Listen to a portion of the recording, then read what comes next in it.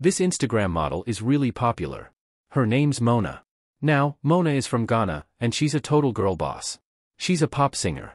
She's always shooting music videos. She's an entrepreneur. She inspires young women everywhere to work hard and be self-made. My hard worker, so if a man is behind me, it's bonus. But one day, she meets this man on a dating app. Let's call him Fuzzbend. And it's kind of sad, but Fuzzbend is really lonely. He doesn't have anyone. But he really likes Mona.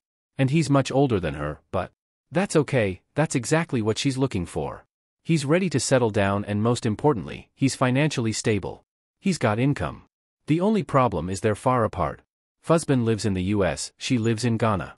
But whatever, they decide to give it a shot anyway. And they start messaging back and forth, they start talking on the phone, and pretty soon they're having discussions about marriage. And she goes out and she gets a tribal marriage certificate that declares that they are officially married in Ghana. And she sends it to him, and it's probably more of a symbolic thing, but whatever, to them. They're married and they're in love and things are going great. Until one day, Mona's father's farm in Ghana runs into financial trouble. So she hits up Fuzzbend asking for help. And Fuzzbend's a nice guy, so he's like, yeah, I'll help your family. And he wires her a little money. It's not a lot, but it helps. And soon after, the farm needs money again, so he wires her a little more. And she asks again and again and again. And eventually, over a period of time, he had wired her a total of around $90,000 to help her father's farm.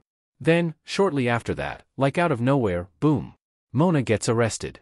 And everyone's shocked. She's an influencer, for million fans, why was she arrested? Apparently the FBI had been on her trail for a while, suspecting her of romance fraud. She allegedly targeted Fuzzbend because he's older, he's lonely, and he has money. And she tricked him into fake marrying her so she could con all of that income out of him. There allegedly is no struggling farm, she just wanted to fund her lifestyle. Now she obviously didn't tell him who she really is, or he could have looked her up and seen her on Instagram, riding in luxury cars, wearing Dolce & Gabbana, and here's a TikTok she made shopping at Dior right before she was arrested, probably spending that farm money. Oh, but it gets worse. Not only was Mona allegedly scamming Fuzzbend, but she's also allegedly part of a cybercrime criminal network in West Africa.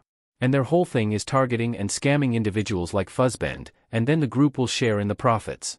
And when she got arrested, she and the group had allegedly stolen over $2 million from people. So they arrest her and they charge her with all kinds of things. And as of now, she's living at her aunt's house in New Jersey with an ankle monitor waiting for her court date. And to this day, she's still posting on TikTok and Instagram. Good for her.